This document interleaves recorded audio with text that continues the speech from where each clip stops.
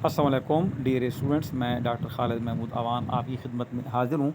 आज मैं आपको बताऊँगा कि आपका एक पेपर होता है जो बीएस सोशियोलॉजी में और बीएस पाकिस्तान स्टडीज़ में और कुछ और जगहों पर भी शायद इस्तेमाल होता होगा, जिसका नाम है मेथड्स ऑफ सोशल रिसर्च। ठीक है। और इसका पार्ट 1 है रिसर्च प्रोसेस। और इसमें ये बात आप याद रखें कि कोड्स डिफरेंट हो सकते हैं। ठीक है। यहाँ मेरे पास जो कोड है वो है 64683। और ये बीएस पाकिस्तान स्टडीज़ में जो हमारे पास चल रहा है वो शायद है 9438। और कुछ और जो है मास्टर प्रोग्राम हमारे या बीएस प्रोग्राम, उनके अंदर भी डिफरेंट कोड्स हो सकते हैं। तो यहाँ पे आपके पास 8 क्वेश्चन दिए जाते हैं, 5 आपने करना होते हैं। मैं आपको यहाँ जो क्वेश्चन हैं इनके आंसर समझाना चाह रहा हूँ, ताकि आपके पास जब पेपर आए तो आपको तरीक़ाकार आता हो कि आपने किस मेथड से पेपर करना है और किस तरह आप अच्छे नंबर हासिल कर सकते हैं। और सम टाइम ऐसा होता है कि आपकी तैयारी बहुत अच्छी होती है और आपको पेपर समझ में नहीं आता और आपका पेपर ख़राब हो जाता है। और कभी ऐसा होता है कि आपकी तैयारी बहुत अच्छी नहीं होती, ठीक है, गुजारे की होती है, लेकिन आपका पेपर बहुत अच्छा हो जाता है क्योंकि आपको अंडरस्टैंडिंग हो जाती है चीज़ों की।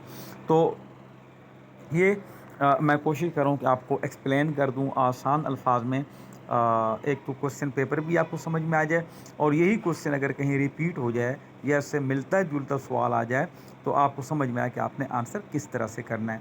इसके अलावा 2-3 टॉपिक्स और जो वीडियोज़ में मौजूद हैं, आप उनको देख लें जिन पे डिटेल्स वीडियोज़ हैं। ये इस तरह मैं शॉर्ट आपको इन तमाम चीज़ों के आंसर बता रहा हूँ। ठीक है।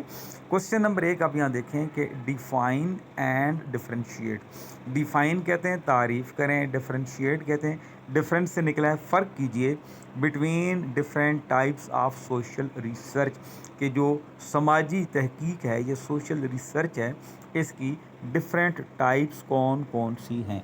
तो अज़ीज़ तलबा, आपको मालूम होना चाहिए कि जो बड़ी इकसाम हैं, 2 टाइप्स हैं सोशल रिसर्च की।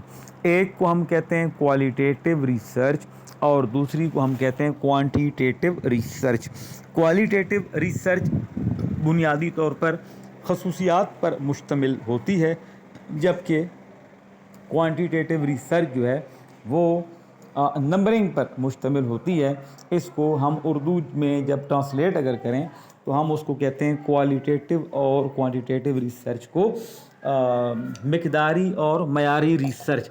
यानी जो क्वालिटेटिव है, क्वालिटी से निकली है, इसको हम कहते हैं कि ये मयारी रिसर्च है। और जो क्वांटिटेटिव है वो उसको हम कहते हैं कि यह है मिकदारी रिसर्च।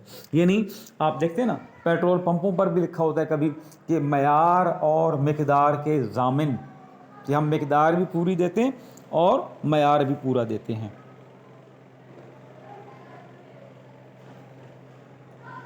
तो ये जो रिसर्च है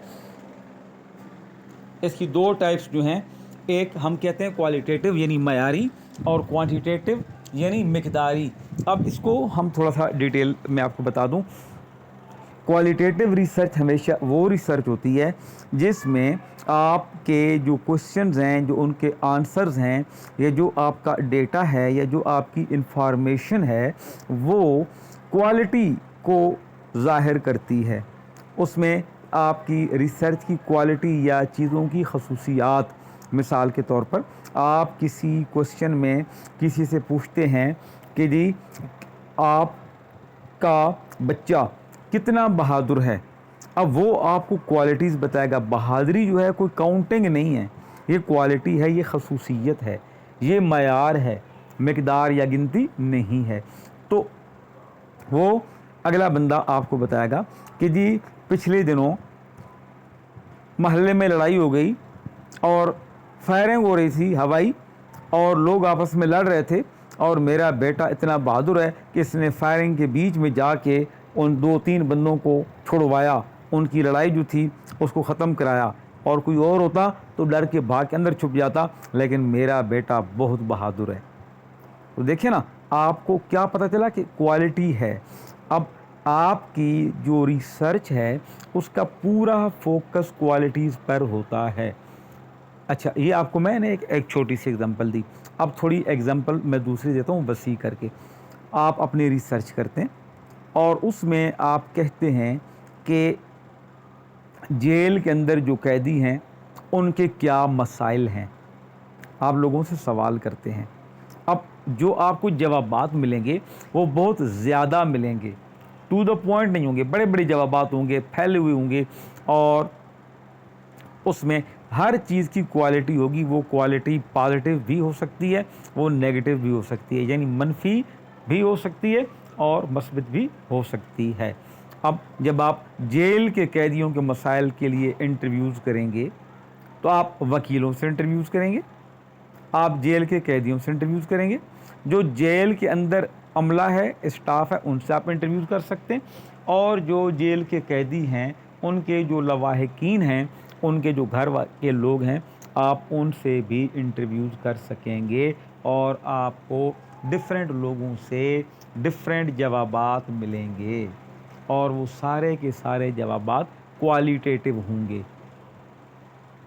मिसाल के तौर पर आप जो स्टाफ के लोग हैं उनसे अगर आप पूछेंगे कि जेल के कैदियों के क्या मसाइल हैं, ठीक है, अब अपनी जो मेरी रिसर्च हैं उनकी बुनियाद पर जो मैं आपको बता रहा हूँ मुमकिन जवाबात जो हो सकते हैं।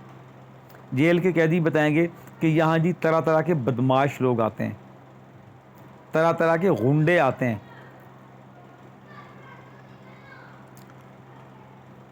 और कुछ लोग शरीफ आते हैं, बेगुनाह आ जाते हैं, जिन्होंने ना कभी जुर्म किया होता है ना कभी जुर्म के बारे में सोचा होता है,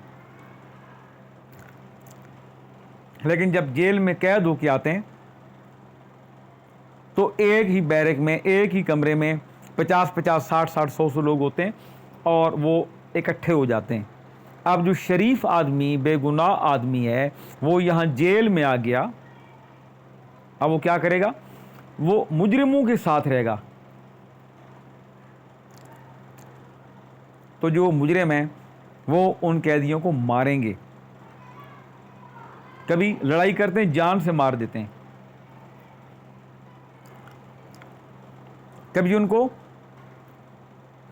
बदतमीज़ी उनके साथ करते हैं और उनको उस तरह की तरगीबात देते हैं, और कभी ऐसा होता है कि जो कैदी शरीफ आदमी होता है वो यहाँ आके 2 साल की या साल की जेल काटता है बेगुनाह, और जो शरीफ आदमी होता है वो यहाँ के बदमाश बन जाता है या मुजरिम बन जाता है।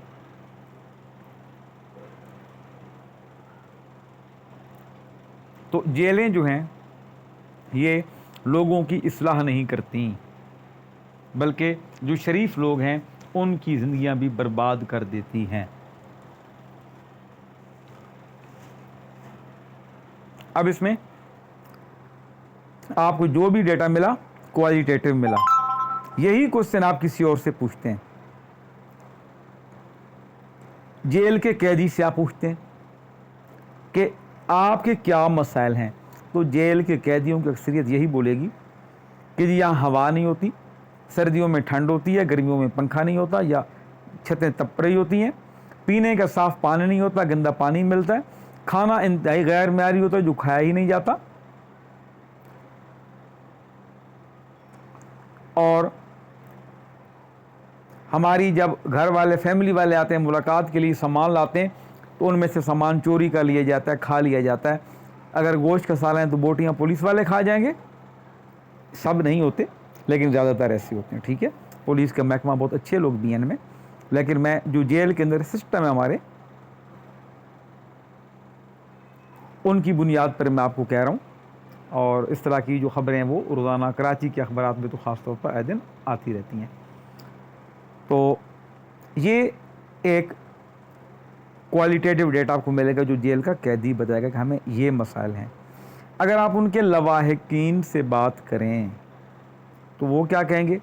वो ये कहेंगे कि जी हम जाते हैं जेल से मिलने के लिए, जेल में कैदियों से मिलने के लिए, तो हमारे घर वालों से पैसे मांगे जाते हैं, हमसे पैसे मांगे जाते हैं मुलाकात के, सरकारी फ़ीस 50 रुपये मुलाकात की तो हमसे 200 रुपया मांगा जाता है। हम अगर खाना देते हैं तो कहते हैं जी खाने के साथ हमें पैसे भी दो, तब खाना अंदर पहुंचेगा। और कभी खाना अंदर पहुंचता, कभी नहीं पहुंचता। और हमें अगर कैश पेमेंट दें, अंदर जो कैंटीन है वो बहुत महंगी हैं, और हम कैंटीन से कोई, किसी ने सिगरेट लेनी है, किसी ने नस्वार लेनी है, किसी ने कोई दूध का डब्बा लेना है, किसी ने चाय की पत्ती लेनी है, तो 50 रुपये वाला सामान 150 रुपये का मिलता है।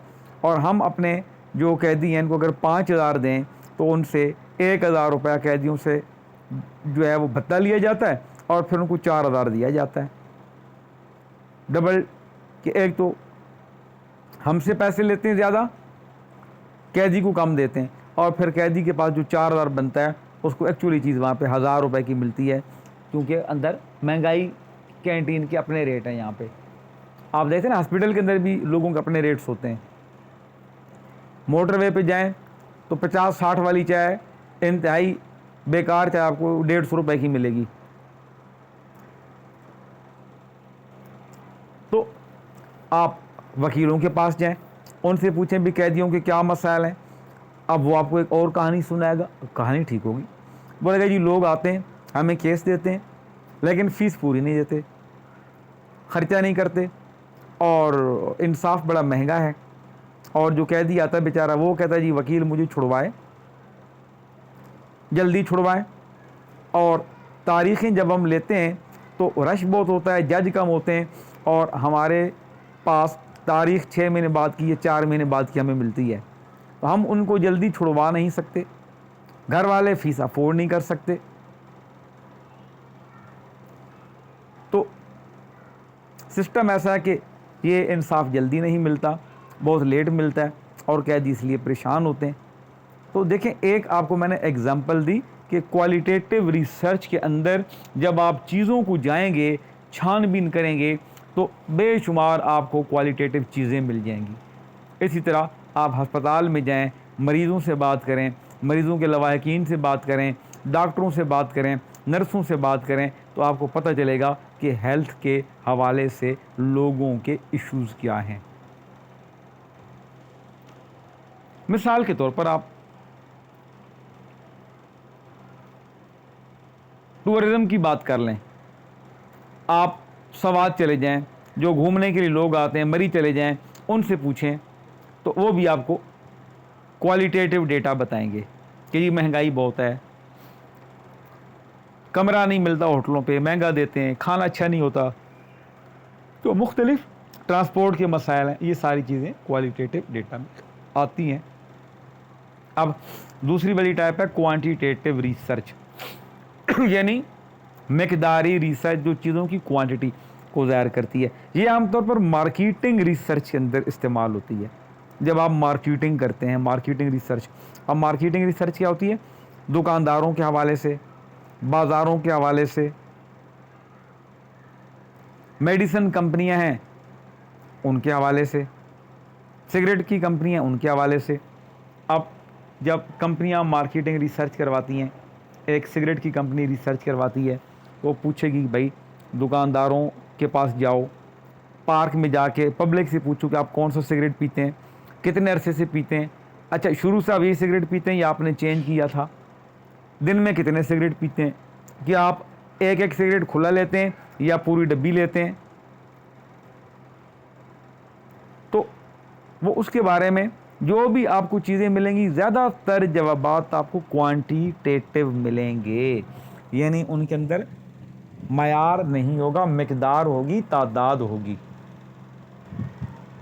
आप बाज़ार में जाएं, दुकानदारों से चीज़ों का पूछें कि सब्ज़ियों का रेट क्या है, गल्ला मंडी में चले जाएं, गंदम का रेट पूछ लें कि जी किलो कितने की है, 70 रुपये की, ठीक है, मन कितने का है, 2800 रुपये का, लेकिन जी जो किलो लेता है हम उसको 70 के देते हैं, लेकिन जो मन लेता है हम उसको 2800 बनता है, तो हम उसे 2700 रुपये ले लेते हैं, ठीक है। अच्छा 100 किलो वाली बोरी कितने की बनती है, कि जी परचून तो 70 रुपये है, वो 7000 की बनती है, लेकिन हम उनसे 6500 ले लेते हैं। तो अब क्या हुआ, ये जो आपको डेटा मिल रहा है, ये सारा क्वांटिटेटिव डेटा मिल रहा है। और सोशल रिसर्च में ज़्यादातर जब रिसर्च लोग कंडक्ट करते हैं तो मिक्स रिसर्च इस्तेमाल करते हैं, जिसमें क्वालिटेटिव और क्वांटिटेटिव दोनों किस्म की रिसर्च शामिल होती है। ज़्यादातर क्वालिटेटिव और थोड़ी सी बीच में क्वांटिटेटिव। आप गरीब लोगों से पूछते हैं ना, आपकी तनख्वाह कितनी है, वो कहते हैं कि 3,000। ठीक है, यह बच्चा है जी हमारा 3,000 पे काम करता, महीने का 3,000। अच्छा जी, और दूसरे बंदे की, ये जी माँ ये कपड़े सीती है, ये को महीने का 15,000 कमा लेती है। अच्छा, तीसरे की बाप जी ड्राइवर है, 40,000 रुपये कमा लेता है। अब 3,000, 15,000 और 40,000, ये जो डेटा है ये क्वांटिटेटिव है। अब आप बाद में कैलकुलेशन करेंगे कि 40 और 15 55 और 3 58 कि जी एक पूरी फैमिली की जो इनकम है वो 58,000 है। और आप इसको 3 लोग हैं टोटल घर के, या 4 लोग हैं, अगर 4 लोग हैं और 3 कमाने वाले हैं तो आप उस पूरी एवरेज को 3 पे डिवाइड करेंगे तो आप लिखेंगे जी हर आदमी की जो तनख्वाह है वो कितनी है, एवरेज तनख्वाह, औसत तनख्वाह, तो 3 पे तकसीम करेंगे। अगर आप औसत आमदनी निकालेंगे तो आप 4 पे तकसीम करेंगे, क्योंकि इनकम 4 वदों में डिवाइड हो रही है, तो जितना जवाब आएगा आप उनकी फ़ीकस आमदनी निकल आएगी। तो ये मरदमशुमारी के लिए डेटा इस्तेमाल होता है ज़्यादातर। जब आपके घरों में लोग आते हैं और आपसे पूछते हैं कि जी आप बताएं आपके ख़ानदान में बच्चे कितने हैं, मर्द कितने हैं, प्रेग्नेंट औरतें कितनी हैं, यतीम बच्चे कितने हैं, ये सारा डेटा लेते हैं। और पिछले 2 साल के दौरान आपके घर में कोई बंदा फौत तो नहीं हुआ। तो इस तरह की जो चीज़ें इस्तेमाल की जाती हैं, इस डेटे को या इस रिसर्च को हम कहते हैं कि ये क्वांटिटेटिव है। तो थोड़ा सा डेटा क्वांटिटेटिव और ज़्यादा क्वालिटेटिव इस्तेमाल होता है। तो मेयारी और मिक़दारी दोनों तरीक़ों से सोशल रिसर्चर जो इन्वेस्टिगेटर है वो ज़्यादातर अपनी रिसर्च करते हैं। होपफुली अज़ीज़ तलबा कि यहाँ तक आपको जो ये क्वेश्चन है इसका आंसर बहुत अच्छी तरह समझ में आ गया होगा। क्वेश्चन नंबर 2 पे हम चलते हैं। What do you mean by concept? Concept से क्या मुराद है? Also discuss the process of operationalisation with examples of any concept. के कंसेप्ट क्या है? अब वैसे तो कंसेप्ट का मतलब होता है ख्याल, तो इसके अंदर हम ये देखते हैं कि रिसर्च के अंदर एक ऐसा आइडिया जो किसी रिसर्च को शुरू करने से पहले एक रिसर्चर के जहन में होता है और उसकी बुनियाद पे वो रिसर्च कंडक्ट करता है, उसको हम कंसेप्ट कहते हैं। ये कंसेप्ट कई तरह के हो सकते हैं। मिसाल के तौर पर हैप्पीनेस का कंसेप्ट हो सकता है, दुख का कंसेप्ट हो सकता है, जॉब सेटिस्फेक्शन आपके यहाँ कितनी है, इत्मीनान कितना है आपको नौकरी करने से जहाँ आप सर्विस कर रहे हैं, इसका कंसेप्ट हो सकता है। और फिर ये जो कंसेप्ट है ये रिलेटेड होता है वेरिएबल्स के साथ, और इस कंसेप्ट को आप फर्दर डिवाइड करते हैं। आम तौर पर ये एक एब्स्ट्रैक्ट चीज़ होती है। जो कंसेप्ट होता है वो एब्स्ट्रैक्ट होता है, आपके जहन का एक ख्याल होता है, ठीक है, और आप उसको फिर फर्दर ब्रेक करते हैं। मिसाल के तौर पर आप बात करते हैं कि जी आपकी लाइफ सेटिस्फेक्शन क्या है, आप पाकिस्तान में रहते हैं, ज़िंदगी गुजार के कितने मुतमईन हैं। अब इसको आप कंसेप्ट को ब्रेक कैसे करेंगे? आपकी एजुकेशन कितनी है, आपकी आमदनी कितनी है, आपकी जॉब की नौइयत क्या है, आपका जो घर है इसका साइज़ क्या है, इसकी कीमत क्या है, आपकी आमदनी क्या है, आपके अखराजात क्या हैं। इस तरह आप उन सारी चीज़ों को ब्रेक डाउन कर लेंगे और उसकी बुनियाद पे आप अंदाज़ा लगाएंगे कि कौन बंदा अपनी ज़िंदगी से कितना तंग है और कौन कितना खुशहाल है। तो ये एक मुख्तसर सा आपको मैंने जवाब दिया ताकि हमारी जो वीडियो है ये ज़्यादा लंबी ना हो, और इसका ताल्लुक़ होता है वेरिएबल के साथ कि जी जो चीज़ें बदलती रहती हैं। मिसाल के तौर पर आप देखते हैं कि रिसर्च शुरू करने से पहले आप देखते हैं कि जी तालीम लोगों की, ये क्वेश्चन करते हैं और फिर इसके साथ दूसरी चीज़ों को रिलेट करते हैं कि तालीम अगर बंदे के पास है तो उसकी आमदनी कितनी है, तालीम बंदे के पास है तो उसकी गुर्बत की क्या हालत है, क्या तालीम याफ्ता आदमी गरीब हो सकता है या नहीं हो सकता। तो ये पूरे ये कंसेप्ट्स होते हैं जो आपकी रिसर्च स्टार्ट करने से पहले आपको एक बुनियाद फराहम करते हैं और उनकी बुनियाद पर आप अपने दिमाग में क्वेश्चंस बनाते हैं कि आप किस तरह की रिसर्च करेंगे और किस तरह सवालों का जवाब। एक्चुअली कंसेप्ट आपका होता है कि आपके दिमाग में कोई एक आइडिया हो, जिस आइडिया की बुनियाद पर आप अपनी जो रिसर्च है उसको कंडक्ट कर सकें। डियर स्टूडेंट, इसमें सवाल नंबर 3 है, identify the factors which can affect. अब यहाँ पे क्वेश्चन को समझें। आइडेंटिफाई, अब ये किसी भी क्वेश्चन में आ सकता है ना, 4 दफ़ा भी तो आ सकता है। आइडेंटिफाई का मतलब होता है पहचानिए, शनाख्त कीजिए, वजाहत कीजिए द फैक्टर्स, उन अवामिल की, विच कैन अफेक्ट, जो असरअंदाज हो सकते हैं, द प्रॉब्लम सेलेक्शन, प्रॉब्लम को, मसले को सेलेक्ट करने में, और डिस्कस द कैरेक्टरिस्टिक्स, खसूसियात को डिस्कस कीजिए, of a workable hypothesis, ऐसा हाइपोथेसिस, ऐसा नज़रिया या मफरूज़ा जिसके ऊपर आप काम कर सकें। तो फैक्टर्स कहते हैं अवामिल को, कौन से फैक्टर्स हैं जो प्रॉब्लम सिलेक्शन को अफेक्ट कर सकते हैं। यानी आप में से 3 स्टूडेंट्स हैं, हम उन 3 स्टूडेंट्स को कहते हैं कि अपने लिए रिसर्च का टॉपिक ढूंढ के लाएं। तीनों का इंटरेस्ट डिफरेंट होगा, उसके फैक्टर्स क्या हैं, डिफरेंट क्यों हैं, तीनों एक जैसा क्यों नहीं सोचते, उसकी वजह क्या है। पहली चीज़ कि इंडिविजुअल डिफरेंसेस, हर शख्स को अल्लाह ने डिफरेंट बनाया है, तो हर बंदा अलग तरह से सोचता है। सारे के सारे लोग अगर एक तरह से सोचेंगे तो मुआशरा तरक्की कैसे करेगा, डेवलपमेंट कैसे होगी।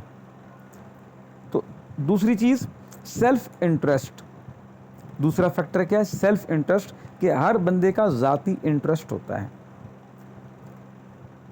कि कोई बंदा एक्सपेरिमेंटल रिसर्च करेगा, कोई बंदा डिस्क्रिप्टिव रिसर्च करेगा, कोई हिस्टोरिकल रिसर्च करेगा, तो हर कोई बंदा इंटरव्यू बेस्ड रिसर्च करेगा, कोई बंदा ऑब्जर्वेशनल रिसर्च के ऊपर फोकस करेगा, कोई फोकस ग्रुप डिस्कशन को सामने रखते हुए बात करेगा।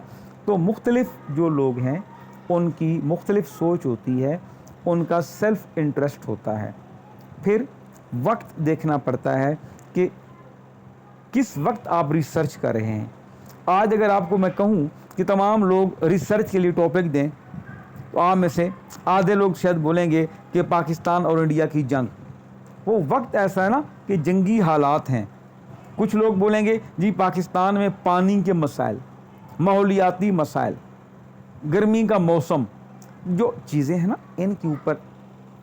तो जो हमारा टाइम होता है, जिस टाइम पे सोसाइटी मुख्तलिफ मसाइल को भुगत रही होती है, उन तमाम मसाइल को, उन तमाम चीज़ों को सामने रखते हुए एक इन्वेस्टिगेटर, एक रिसर्चर, ठीक है, अपनी इन जो उसकी रिसर्च की प्रॉब्लम्स हैं या टॉपिक्स हैं उनको सेलेक्ट करता है। और इसी तरह से वो अपने माली वसाइल भी देखता है कि कौन सा टॉपिक वो करेगा तो वो इजीली कम पैसों में रिसर्च को कंडक्ट कर लेगा, और कौन सा टॉपिक ऐसा है जो उसके लिए मुश्किल होगा। मिसाल के तौर पर एक आदमी रिसर्च करता है, इस्लामाबाद में रहता है, ठीक है, उसने कभी कराची देखा नहीं है, और वो रिसर्च करता है कराची में जो लोगों की सेहत के मसाइल हैं, अब उसको कराची जाना पड़ेगा, इस्लामाबाद से कराची वो जाएगा, पहली बार उसको होटल में रहना पड़ेगा, किसी रिश्तेदार के पास रहना पड़ेगा, उसको ट्रांसपोर्ट का पता नहीं है, उसको बाइक अपनी ख़रीद भी ले, गाड़ी कार अपनी ख़रीद भी ले, उस बेचारों को रास्तों का नहीं पता, उसको टैक्सियाँ करना पड़ेगी जगह जगह। तो ये मसाइल होते हैं। तो हर बंदा वो देखता है कि किस वक्त रिसर्च कर रहा है, उसका सेल्फ़ इंटरेस्ट क्या है, उसको लगन किस चीज़ में है, शौक़ किस बात का है ना, शौक़ भी तो देखा जाता है, टाइम उस वक्त उसके पास कितना है कंडक्ट करने के लिए, और जो इस वक्त का माहौल है उसमें बर्निंग क्वेश्चंस कौन कौन से हैं, अहम इस वक्त सूरत हाल क्या है। तो होपफुली डियर स्टूडेंट्स कि आपको ये जो क्वेश्चन है इसकी भी बेहतर अंदाज में इंशाल्लाह समझ आ गई होगी।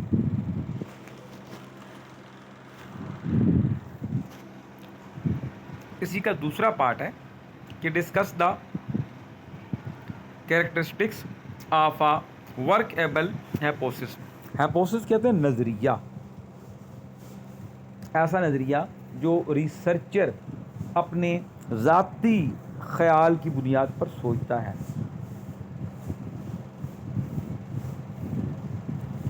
मफरूज़ा, चीज़ों को फ़र्ज़ करना,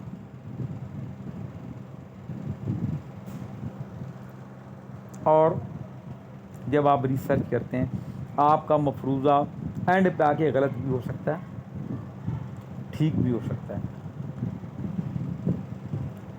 मिसाल के तौर पर आप एक मफरूज़ा बनाते हैं कि जो जहाँ जहाँ तालीम ज़्यादा होगी वहाँ उन इलाक़ों में जराइम कम होंगे।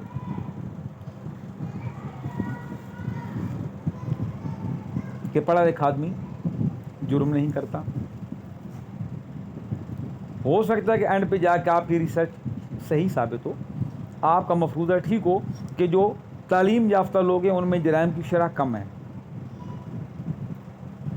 सोसाइटी में आपको अमूमन पढ़े लिखे लोग सुलझे हुए नज़र आएंगे, लेकिन अगर आप कहीं FIR में चले जाएं तो वो आपको बताएंगे कि हमने लोगों के अकाउंट्स में से पैसे चोरी करने वाले पकड़े हैं 5000 बंदे, उनमें से 4000 बंदे आला तालीम याफ्ता हैं, उनको नौकरी नहीं मिलती थी, उन्होंने कंप्यूटर की टेक्नोलॉजी थी उनके पास, लोगों के पासवर्ड सेट करके और लोगों को फ़ोन करके स्कैम करके लोगों के अकाउंट से पैसे निकाले।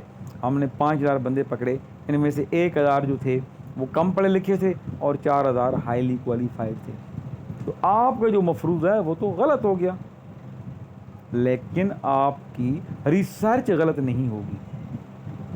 आपने एक रिसर्च की ना, आप गए दफ्तरों में गए, पुलिस के पास गए, FIA के पास गए, आम लोगों से आप मिले, वकीलों से मिले, ठीक है, तो आपने रेलेवेंट लोगों से डेटा इकट्ठा किया, आपने अपनी रिसर्च पूरी ईमानदारी के साथ की, आपके जहन में एक ख्याल था बीइंग अ रिसर्चर कि जो लोग तालीम याफ्ता होते हैं वो जराइम में कम मुलविस होते हैं, लेकिन फिर पता चला कि नहीं, ऐसे तालीम याफ्ता लोग जो आला तालीम याफ्ता हैं बेरोज़गारी के सबब जराइम में मुलविस हुए, और उन्होंने जो साइबर क्राइम्स हैं उनके अंदर उन्होंने एंट्री की और लोगों के अकाउंट से पैसे निकाले। तो आपका मफरूज़ा गलत हो गया, इसको हम कहेंगे कि आपका मफरूज़ा साबित नहीं हुआ, दुरुस्त साबित नहीं हुआ। अगर ऐसा आपने जैसे सोचा था वैसे होता तो आपका नज़रिया, आपका मफरूज़ा, आपका हाइपोथेसिस दुरुस्त था। लेकिन याद रखिएगा कि दोनों सूरतों में आप एक रिसर्च के अंदर एक मफरूज़ा, एक हाइपोथेसिस बना सकते हैं और 6, 8, 10 हाइपोथेसिस भी बना सकते हैं। मफरूज़े आप कई बना सकते हैं। हो सकता है कि आपका एक भी मफरूज़ा ठीक ना निकले, लेकिन आपकी रिसर्च रिलायबल होगी, आपकी रिसर्च वैलिड होगी, आपकी रिसर्च ऑथेंटिक होगी, आपकी रिसर्च पे कोई क्वेश्चन नहीं उठेगा।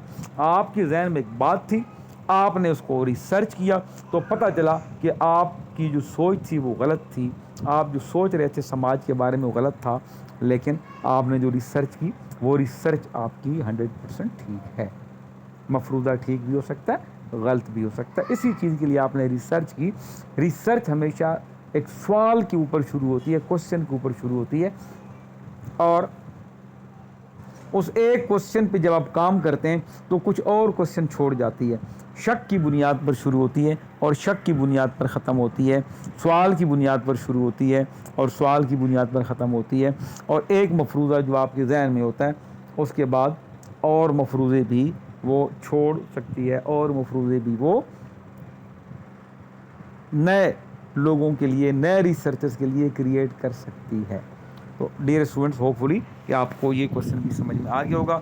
वीडियो थोड़ी सी लंबी हो रही है, लेकिन मैं आपको तसल्ली से कराना चाह रहा हूँ ताकि इस तरह के सवाल अगर कोई रिपीट हो जाए तो आपको दोबारा किताब ना पढ़ना पड़े। आप बच्चे जो है ना हमारे बहुत लाडले हैं और वो चाहते हैं कि बगैर किताब की तैयारी हो, तो जी हम आपको बगैर किताब के पेपर की तैयारी करवा रहे हैं।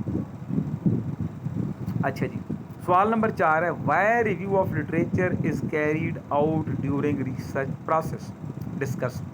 कि आपका जो रिव्यू ऑफ लिटरेचर है,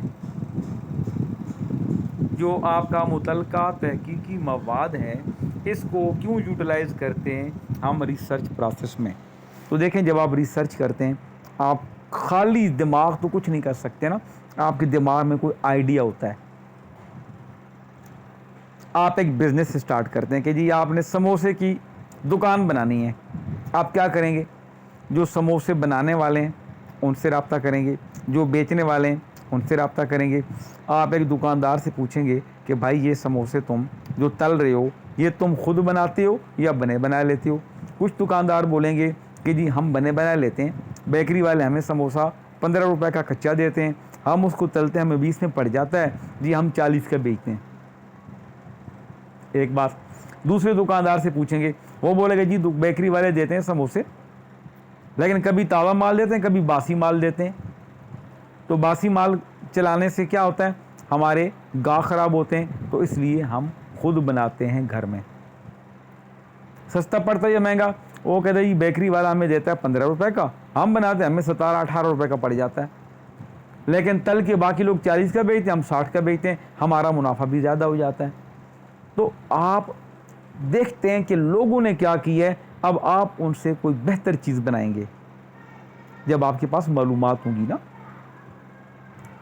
आपने देखा कि मोहल्ले में 6 दुकानें समोसे की और किसी दुकान में बैठने की जगह नहीं है, बेंच पर है तो मक्खियाँ बिन बिन आ रही हैं, गंद हो रहा है, समोसा 40 रुपए का दे रहा है, लेकिन लोग उसके पास आ रहे हैं, धड़ाधड़ खड़े हैं, खाने वाले बहुत हैं, बैठने की जगह नहीं है। आपने क्या किया, उसी के आसपास एक बड़ी दुकान ले ली, उसमें आपने समोसे तलना शुरू कर दिए, साथ आपने खूबसूरत बेंच बना दिए, खूबसूरत आपने टेबलें लगा दी, पीने का ठंडा पानी लगा दिया, पंखे लगा दिए और अच्छा सा काउंटर बना दिया। अब एक दुकानदार दे रहा है समोसा 40 रुपए का, आप अगर वहाँ 60 रुपए का भी देंगे तो बिकेगा। जो समझदार लोग हैं वो बोलेंगे यार इंसानों की तरह बैठ के खाएं, अच्छी जगह मिल जाए, साफ़ सुथरा माहौल मिल जाए। तो ये क्या होगा कि जब आपने पहले विज़िट किया तो आपका जो बिज़नेस है वो कामयाब होगा। आपने विज़िट ही नहीं किया, ऐसे ही आप गए किसी मोहल्ले में और समोसे की दुकान खोल ली, तो उसकी कामयाबी के इम्कानात कम हैं। यही कुछ अजीज़ तलबा रिसर्च के अंदर होता है। और जो मैंने आपको एग्ज़ाम्पल दिए समोसे वाली, आप इसको पेपर में लिख सकते हैं। कोई चीज़ ऐसी नहीं है कि मैं आपसे फालतू गपशप कर रहा हूँ, आपको एग्ज़ाम्पल्स दे रहा हूँ रोज़मर्रा की ज़िंदगी से, डेली जो आपकी लाइफ है उसमें से आपको मैं एग्ज़ाम्पल्स दे रहा हूँ। अच्छा, अब रिसर्च में क्या करते हैं, आप किताबें पढ़ते हैं कि जो आपके जहन में उन्वान है, ठीक है, आप उसके ऊपर देखेंगे और कोई रिसर्च करके नई चीज़ निकालेंगे। एग्ज़ाम्पल, आप क़ायद-ए-आज़म के ऊपर रिसर्च करना चाह रहे हैं। अब आपने क़ायद-ए-आज़म के ऊपर 10-15 किताबें देखनी है कि किस किस ने क्या क्या काम किया है, और कोई काम अगर वो उसमें कमी रह गई है जो आप सोचते हैं कि इस चीज़ को ज़्यादा बेहतर अंदाज में बनाया जा सकता है, तो आप उसके ऊपर काम कर सकते हैं। इसी तरह अगर आप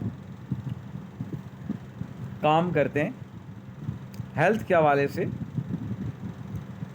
और आप देखेंगे कोविड के ऊपर भी बड़ा लोगों ने काम किया, ठीक है, और जनाब ख़वातीन के जो मसाइल हैं इनके ऊपर भी बहुत सारे लोगों ने काम किया, बच्चों की सेहत के हवाले से भी बहुत सारे लोगों ने काम किया। अब आप कुछ और देखेंगे, आप कहेंगे कि जी जो बूढ़े अफराद हैं 60 साल से ऊपर, बुज़ुर्ग शहरी जो हैं, उनकी सेहत के क्या इश्यूज़ हैं, तो आपकी जो रिसर्च है वो ज़्यादा अच्छी होगी कि इसके ऊपर बूढ़ों की बीमारियों के ऊपर लोगों ने काम नहीं किया। जी 60 साल के हो गए, दफ्तर से रिटायर हो गए, जो चलना फिरना तक कम हो गया, घर में बैठे हैं, खाना पीना है उसी तरह, वाक वर्जिश और काम नहीं है, बीमारियां ज़्यादा हो गई, पहले सरकारी इलाज होता था वो उस तरह से नहीं हो पा रहा, बेटों की शादी कर ली, घर में बहू आ गई, लड़ाई झगड़ा हो रहा है जी, टेंशन का माहौल है। तो इस सूरत हाल में जब आप पहले से रेलेवेंट चीज़ों को पढ़ेंगे, उसको हम कहते हैं रिव्यू ऑफ लिटरेचर, यानी आपने जिस मौजू पे रिसर्च करनी है उससे मिलते जुलते मौजूआत पर जो रिसर्च हुई उसमें उन लोगों ने क्या बात की, क्या रिसर्च की, क्या फाइंडिंग्स की, और कौन सी चीज़ है जिसमें कोई कमी बाकी रह गई। आपकी रिसर्च, पुरानी जो रिसर्च हैं उनकी जो कमी है या उनके अंदर जहाँ कहीं गैप है, आप उसको पूरा करेंगे।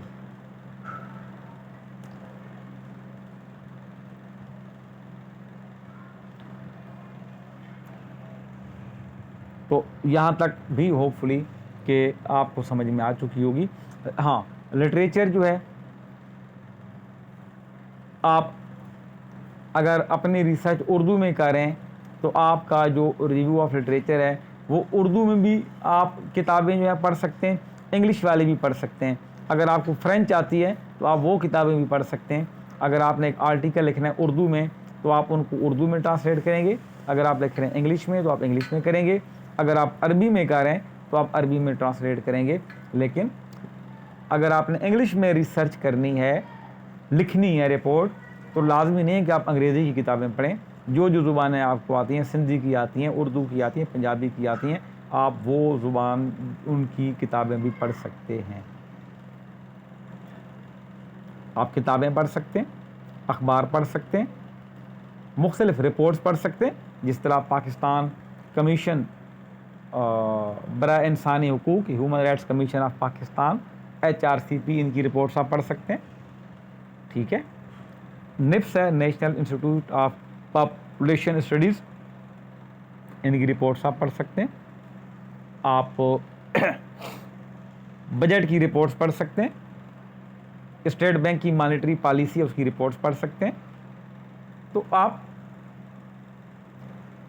सारी कैटेगरीज, अखबारात, आर्टिकल्स, नेशनल असम्बली की डिबेट्स, कहीं से भी आप फ़ायदा उठा सकते हैं अपने रिव्यू ऑफ लिटरेचर को बेहतर बनाने के लिए। तो चलें जी अगले सवाल की जानिब चलते हैं ताकि आप लोगों को तसल्ली हो जाए। अब ये 4 क्वेश्चन अगर इनमें से आ गए तो आपको आई थिंक बुक पढ़ने की नीड नहीं है, आपका काफ़ी सारा डेटा आपको मिल गया। अच्छा, 5वां जो सवाल है, राइट कंप्रीहेंसिव नोट, एक मुकम्मल नोट लिखें on the internet, on the use of internet and social research. इसके ऊपर अलग से वीडियो मेरी मौजूद है, use of internet in research, आप उसको देख लीजिएगा, ये ज़्यादा बेहतर हो जाएगा, ठीक है। 6वां सवाल है, what are the different types of research question या हाइपोथेसिस डिस्कस्ड। रिसर्च क्वेश्चन की डिफरेंट टाइप्स क्या हैं, अपोसिस क्या है, इसके ऊपर भी मैं अलग सी वीडियो बना रहा हूँ ताकि आपका ज़्यादा टाइम यहाँ ना लगे, आप उनको अलग से देख लीजिएगा, ठीक है।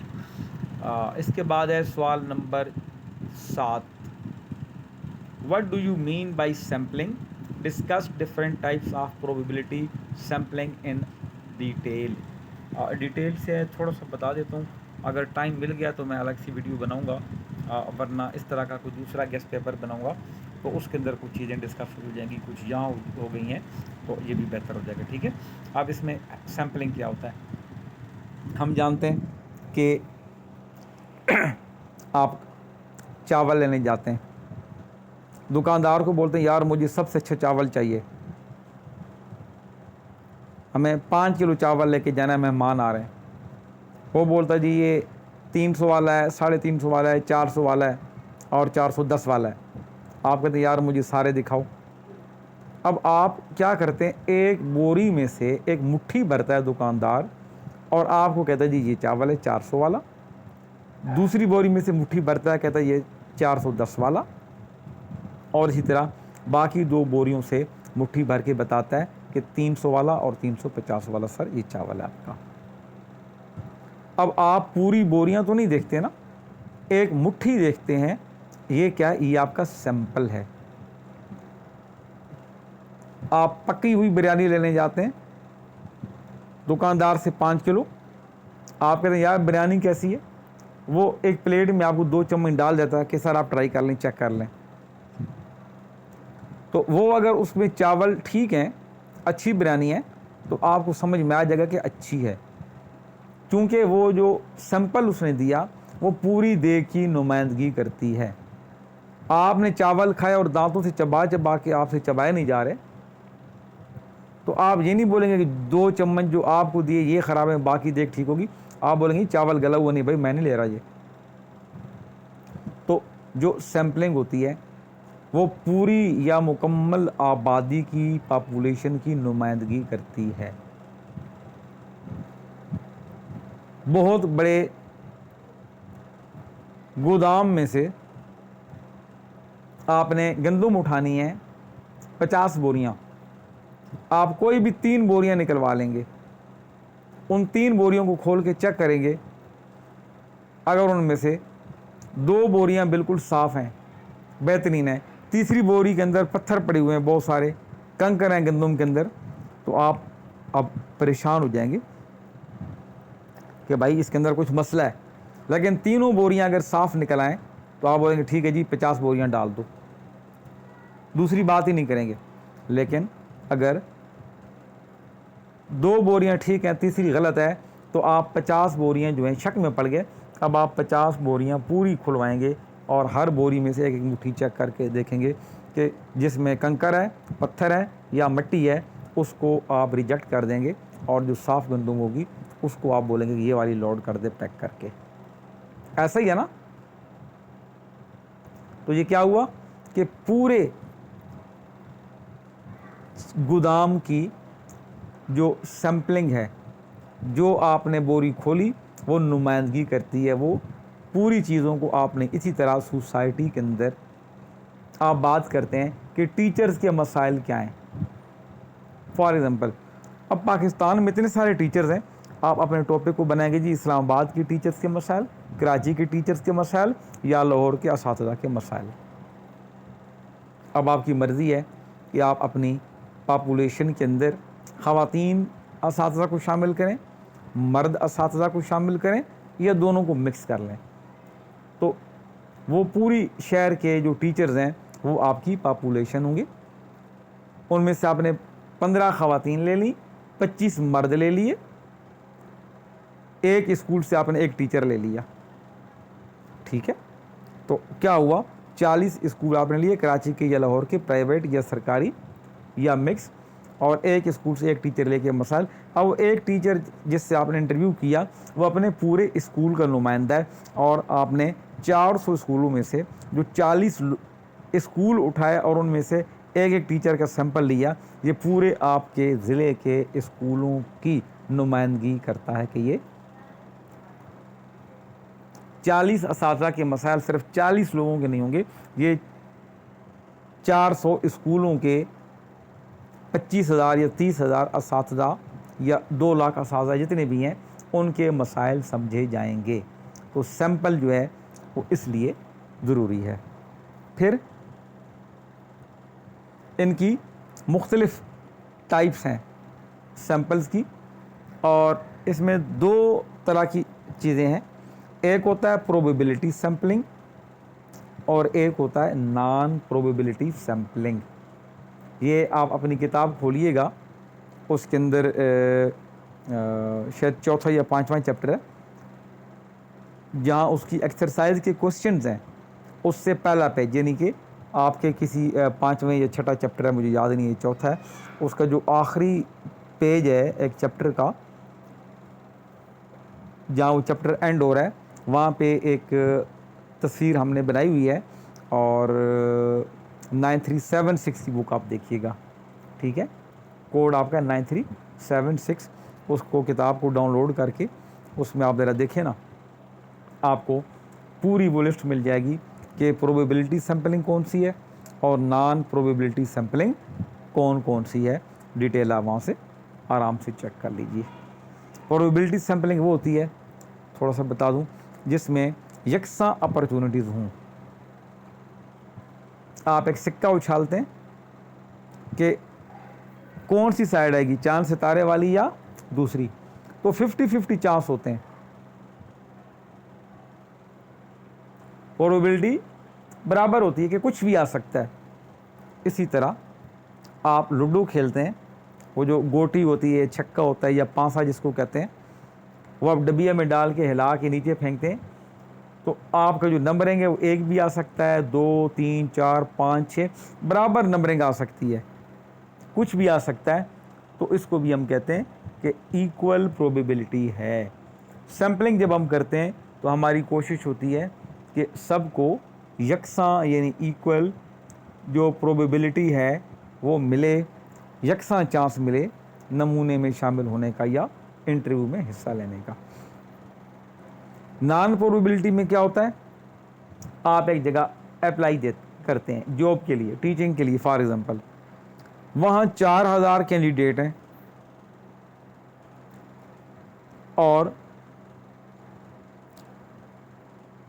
4 सीटें हैं वहाँ पे। अब आपकी प्रोबेबिलिटी वहाँ 0 है, किसी की भी 0 है। 4000 बंदों में से कोई भी यकीन नहीं कर सकता कि एक बंदा भी नहीं बोल सकता कि किसके चांस हैं भर्ती होने के।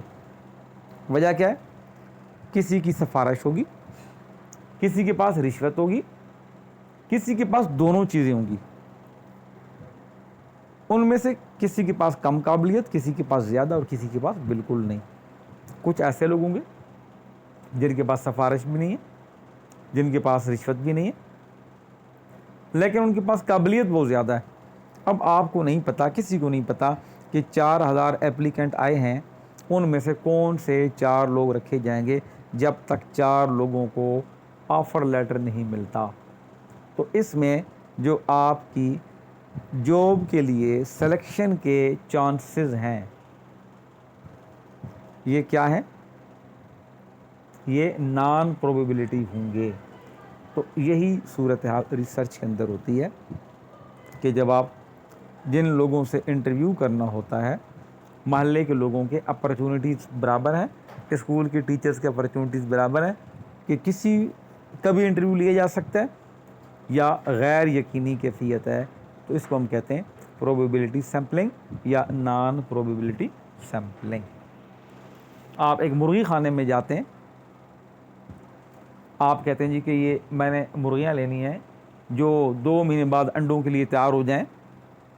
वो कहता है ठीक है जी, एक मुर्गी मैं आपको दूंगा 500 रुपये की। अब आप वज़न चेक करना चाहते हैं कि मुर्गी का वज़न क्या है मुर्गियाँ सारी एक ही साइज़ की, एक ही फार्म के अंदर है, एक ही उनका वो बैच है जब चूज़े निकले थे। अब आप कोई भी 1 या 2 मुर्गियाँ पकड़ लेंगे, हाथ में लेके वज़न देखेंगे, उसका टटोलेंगे, आपको समझ आ जाएगी वो सारी मुर्गियों की नुमाइंदगी कर रही है। लेकिन जब आप चूज़ों के ऊपर हाथ रखेंगे कमरे में जाके, तो सब चूज़ों के लिए यकसा प्रोबेबिलिटी है, इक्वल प्रोबेबिलिटी है कि कोई भी चूज़ आपके हाथ में आ सकता है।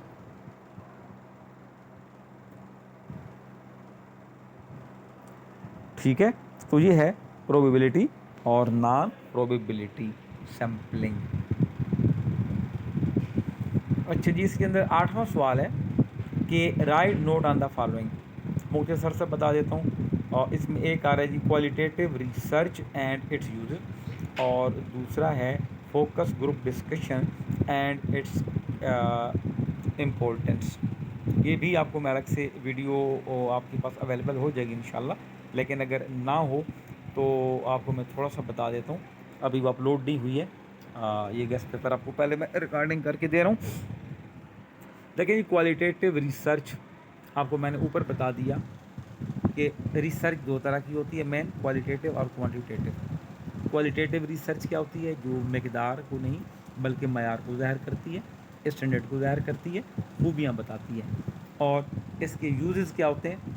आप समाज के अंदर कहीं भी रिसर्च करेंगे, उसके अंदर हर जगह क्वालिटेटिव रिसर्च इस्तेमाल होती है, क्वांटिटेटिव रिसर्च भी इस्तेमाल होती है, लेकिन वो क्वालिटेटिव रिसर्च की सपोर्ट करती है। बाकी ऊपर बता चुका हूँ, उसी को आप फॉलो कीजिएगा। जो ऊपर वाले क्वेश्चन में लिखा है वही कुछ आपने इस क्वेश्चन में भी लिखना है। ठीक है। दूसरा है जी फोकस ग्रुप डिस्कशन और इसकी अहमियत। फोकस ग्रुप डिस्कशन का मतलब ये होता है कि एक रिसर्चर डेटा इकट्ठा करता है, उसके पास मुख्तलिफ टूल्स होते हैं डेटा इकट्ठा करने के, क्वेश्चनेयर की मदद से, इंटरव्यू शेड्यूल की मदद से, किसी भी तरह से। लेकिन एक आपके पास तरीका होता है कि फोकस ग्रुप डिस्कशन का। उसमें क्या होता है कि आप 4-6 बंदों को साथ बिठा लेते हैं, खुद भी बैठ जाते हैं रिसर्चर, और डिस्कस करता है ग्रुप में बैठ के, और एक मसला बयान किया जाता है या कोई बात डिस्कस की जाती है और उसके बारे में सब लोगों से राय ली जाती है। इसको हम कहते हैं कि फोकस ग्रुप डिस्कशन। इसकी बेहतरीन मिसाल मैं आपको दूं कि पुराने दौर में, अब भी शायद कहीं गांव में अगर कोई रहते हैं, तो ड्राइंग रूम होते थे जिनको वो बैठक भी कहते थे, औताक भी कहते हैं सिंध में, हैं, और डेरा भी कहते हैं आप लोग, पठान और बलूचिस्तान के लोग कि जी डेरा है। पंजाब में भी सम टाइम कहा जाता है। शाम में असर के बाद महल्ले के सारे नौजवान भी, बुज़ुर्ग भी इकट्ठे हो जाते हैं। कोई चाय पी रहा है, कोई हुक्का पी रहा है जी, और वहाँ पे 8-10 बंदे इकट्ठे हैं। अब तो हर बंदा अपने अपने मोबाइल में लगे। जब मोबाइल नहीं होते थे, एक रेडियो होता था, वो लगा होता था उसके अंदर, कभी एक टीवी होता था पूरे महल्ले में, और पूरे महल्ले के बाबे और जवान उधर बैठे होते थे, और वो बैठ के आपस में गप लगाते थे कि जी अयूब खान ने जी रिज़ाइन कर दिया। अब ऊपर डिस्कशन, यार अयूब खान चला गया यार, अब जो आएगा पता नहीं कैसा होगा। दूसरा बोलता है शुक्र है यार अयूब खान चला गया, रिज़ाइन किया, हमारी जान छूटी, 10 साल से हम उसको देख देख के टीवी पे तंग आ गए थे। और तीसरा बंदा कहता है यार जैसा भी था निज़ाम मुल्क का चल रहा था, अब अयूब खान चला गया, अब देखें आगे क्या होता है। तो मुख्तलिफ़ लोग मुख्तलिफ़ डिस्कशन किया करते थे करंट अफेयर्स के ऊपर, मुल्की मामलात के ऊपर, बेरोज़गारी के ऊपर, बच्चों के हवाले से कि जी आज ही हमने चोर पकड़ा है जी, रात को फलां महल्ले में आया था जी, हम 4-6 बंदों ने उसको पकड़ लिया जी, बकरी चोरी करने आया था, हमने पकड़ लिया और पकड़ के मारा, पहले ख़ुद मुरम्मत की, फिर थाने दे दिया। तो मुख्तलिफ़ लोग उस मौजू के ऊपर डिस्कशन करना शुरू कर दिया करते थे। अब रिसर्चर जब जाता है किसी भी जगह पे, तो एक ख़ास मौजू देता है, उस मौजू के ऊपर लोगों की राय लेता है, डिस्कशन करता है, आइडियाज़ आते हैं, डेटा निकलता है, उनको नोट करता जाता है, या मोबाइल में या टेप रिकॉर्डर में रिकॉर्ड करता जाता है। और इसकी इम्पोर्टेंस इसलिए कि ओरिजिनल डेटा मिल जाता है, लोग दिल की बातें खोल के बयान करते हैं, और एक माहौल बन जाता है गर्मा गर्मी का, जिसके अंदर रिसर्चर जो है वो बहुत अच्छी कामयाबी हासिल कर सकता है अगर वो अपने पूरे क्या कहते हैं शौक़ और कंसंट्रेशन के साथ इसको करें। तो होपफुली अजीज़ तलबा, ये वीडियो को घंटे भर की हो गई है, और मैंने कोशिश तो की कि मुख्तसर बताऊं, लेकिन ये है कि अब आपको पेपर की तैयारी भी करवानी होती है ना, और कभी वर्कशॉप आप लेते हैं, कभी नहीं लेते, कभी कनेक्ट होता है, कभी नहीं भी होता, कुछ लोगों का नेट का इशू होता है। तो आप लोग ये जो रिसर्च है इसको आप तैयार कीजिए इस तरीके से, और इस तरह की 3-4 और वीडियोज़ भी आप देख लें गेस्ट पेपर। तो इन्हीं में से क्वेश्चन कभी रिपीट होते हैं, कभी नहीं होते, लेकिन आपकी पेपर की तैयारी बहुत अच्छी हो जाएगी। आप सबका बहुत शुक्रिया। अल्लाह हाफ़िज़।